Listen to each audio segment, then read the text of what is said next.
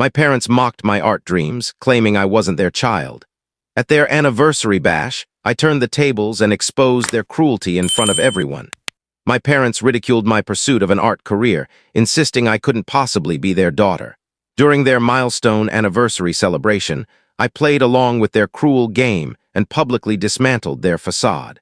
From the moment I showed any interest outside their narrow expectations, they treated me like an outsider. At restaurants, they'd grin at the waiter and say, "She must be adopted. She ordered something we'd never touch." At school events, they'd chuckle with other parents, claiming the hospital swapped babies because I bore no resemblance to them. Mom would sigh dramatically when I dropped soccer for drama club. Our real daughter would have been a star athlete.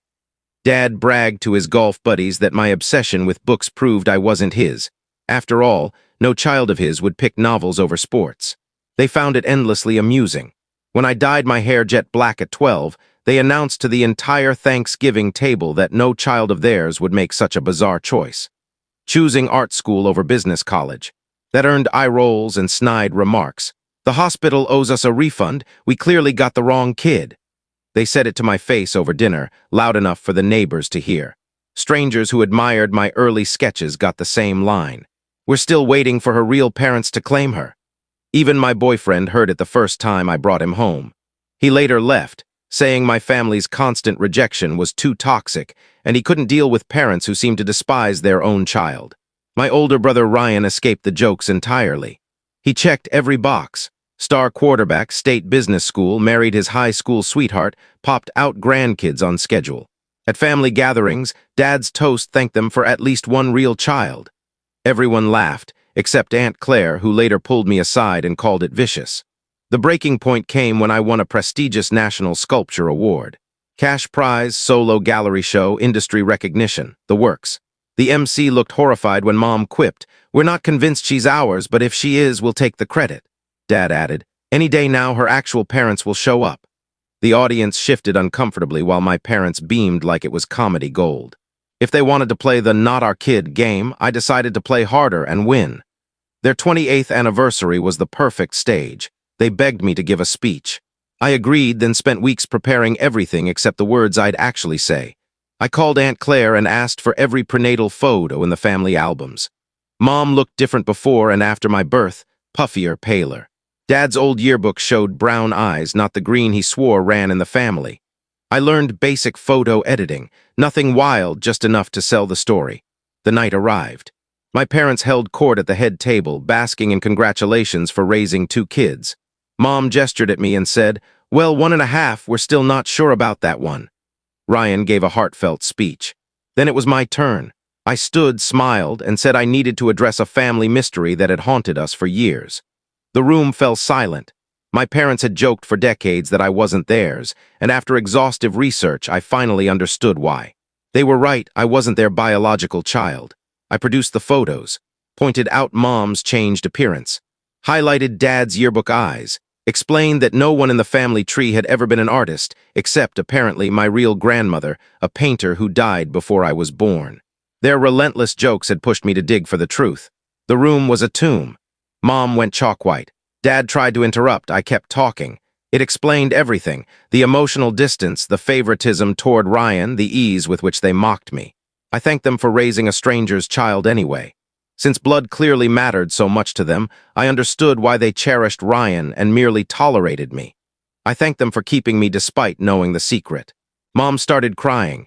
Dad stood, voice shaking. "This is absurd, she's our daughter." Aunt Claire bit back a smirk. I opened the envelopes with deliberate slowness. Inside, nothing but blank pages. I let them flutter to the floor like snow. My hands trembled, but my voice didn't. I fabricated everything. The photos are altered. The eye color is a lie. The painter grandmother never existed, all of it. 2 heartbeats of silence. Then Mom screamed, a raw animal sound that froze every guest. Dad overturned his chair, lunging toward me, face twisted in a way I'd never seen. Phones rose like periscopes. Mom shrieked curses, calling me every vile name imaginable in front of cousins, colleagues, childhood friends. Guests either rushed the exits or closed in, filming.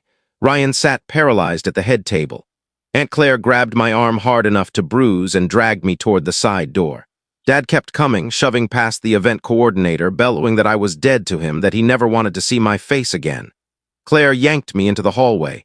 My legs felt borrowed. Cold night air hit my sweaty skin. I was shaking so hard my teeth chattered. Claire drove me to my car, took my keys when I dropped them twice, and ordered me to follow her home. The 14-minute drive stretched into eternity. I parked crookedly in her driveway, needing 2 tries. She half carried me inside, sat me on the couch, and brought tea I didn't touch. Then the dam broke.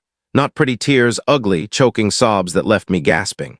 I spilled every memory.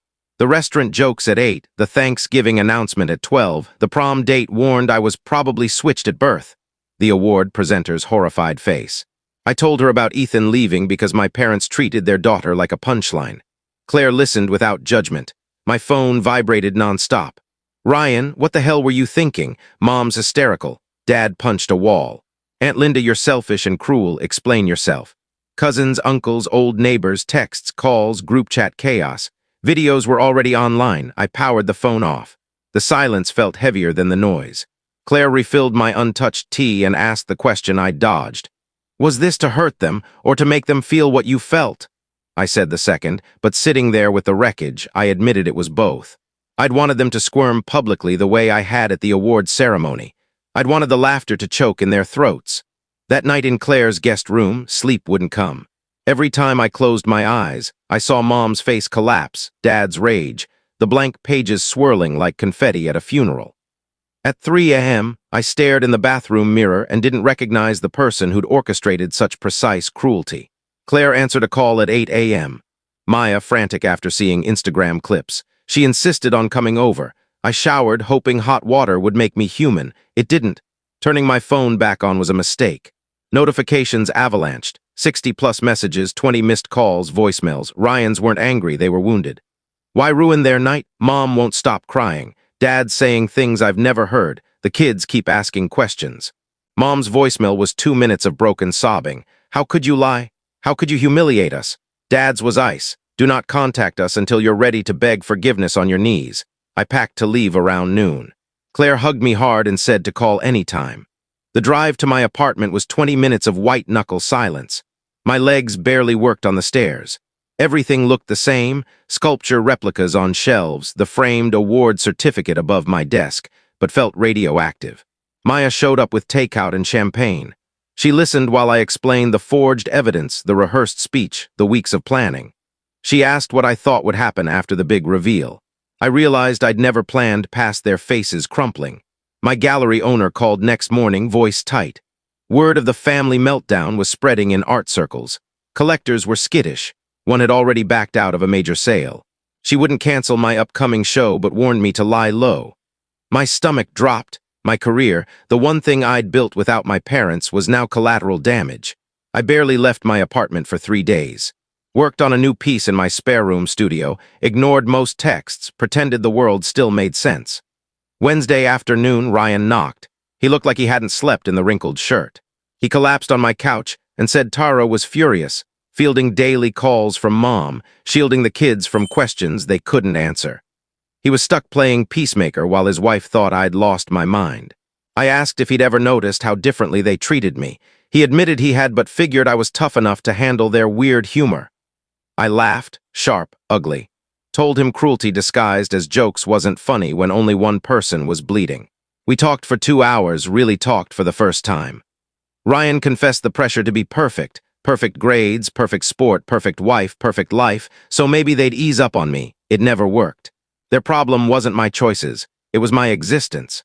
He'd stayed awake in high school terrified of disappointing them, chosen business over history, married the right girl, all to keep the peace. I'd never known he carried that weight too, just in a different shape. He left at dusk without resolution. At the door he added, Tara says you're not welcome at family events until you apologize and fix this. Thinking of my niece and nephew, 7 and 5, too young for this mess, broke something in me. Claire called 2 days later. My parents were spinning the narrative at a cousin's birthday. I'd had a mental breakdown. They were the worried parents of a sensitive daughter struggling. Mom cried about how hard she'd tried to support my art. Dad suggested therapy for my issues. Claire couldn't contradict them in public without making it worse, but she wanted me to know they were rewriting history. Cousin Carla emailed asking for my side. I wrote it all, Every joke, every public humiliation, the awards ceremony, Ethan leaving, the anniversary speech. Sent it to Carla and two other relatives who'd always treated me like a person, not a punchline. Replies trickled in. Carla admitted she'd always found the jokes cruel but stayed silent. Cousin Tom said he'd cringed at family dinners but assumed I could take it. Olivia said I'd gone too far, public humiliation was unforgivable, and I owed an apology. The family split down the middle, years of emotional abuse versus one night of retaliation. I accidentally answered Aunt Linda's call. She lectured 20 minutes about respect, loyalty, and how I'd ruined my parents' special night. When I tried to explain the lifetime of hurt, she cut me off. I was too sensitive, families tease, I needed thicker skin. I hung up mid-sentence. Sleep evaded me for 4 nights. Memories looped. Restaurant at 9, Thanksgiving at 12, award ceremony, blank pages scattering. On the 5th morning, I booked a therapist. Her office was soft light and too many plants. I told her everything. She asked what I'd wanted the fake evidence to achieve. I said understanding, then admitted I'd wanted them to feel rejected, mocked, excluded. I'd wanted the audience that laughed at their jokes to watch them squirm. 3 weeks post-party, Dad's lawyer emailed on crisp letterhead. I'd been removed from the will. Immediate effect. Beneficiary designations updated. I laughed until I cried at my kitchen table, proof in legalese that I'd never been theirs. Maya helped me pack family photos the next day. 15 pictures went into a trash bag. Graduation grimaces, forced Christmas smiles, a restaurant scene I didn't remember. I kept 2, Claire and me beaming at my first gallery opening, and one of Ryan and me as little kids building block towers before everything got complicated. The gallery lost another sale. The collector cited my instability. Ryan texted about family therapy, my parents finally admitting they needed help. I said I'd think about it but wasn't ready. Claire called, exhausted from being caught in the crossfire. My parents had cut her off for refusing to denounce me. I ran into Tara at the grocery store. We froze beside the apples. She asked polite questions she didn't want answers to, then said the kids kept asking about Aunt Op, and Ryan wished I'd apologize so life could return to normal. I asked her to hear my side. She backed away, saying she had to support her husband. Therapy dug deeper. Why public over private confrontation? I wanted witnesses. I wanted the laughter to die in their throats. I wanted validation that I wasn't crazy. Cousin Carla posted a vague Facebook sermon about pride versus family forgiveness. Comments piled on about loyalty and attention-seeking. I blocked her mom, 2 aunts, anyone who thought I should swallow decades of poison. My feed shrank, but my chest felt lighter. Ethan messaged out of the blue, mutual friends had filled him in. He apologized for bailing, said he hadn't known how to help, but the dynamic was too broken. I told him I no longer blamed him. You can't fix someone else's family, only decide if you can live with the wreckage. We left it civil, almost kind. Ryan relayed my parents' final demand, public Facebook apology admitting I lied and embarrassed them. I refused. When they'd made me feel unwelcome my whole life, I wouldn't grovel to be let back in. Therapy's hardest truth, both could be true. Their cruelty was real and so was mine. I could be victim and perpetrator. I fought the idea for weeks, wanted black and white righteousness. Accepting nuance meant owning that I'd wounded people on purpose. Thanksgiving loomed. Maya invited me to her family's table. I almost said no, felt like an intruder, but eating takeout alone in my apartment sounded worse. Her parents greeted me with warm hugs. The house smelled of turkey and cinnamon. No one mocked my plate, my clothes, my career. Maya's mom asked about my sculptures and listened. Her dad told a gentle story about Maya's childhood, without a punchline at anyone's expense. After dinner, I locked myself in the bathroom and cried for 5 quiet minutes because this was what family dinner could feel like. No eggshells, no jokes sharpened into knives. Thank you for watching my story. If you enjoyed it, please subscribe and press the bell icon. Stay tuned for more real-life stories, get more experiences.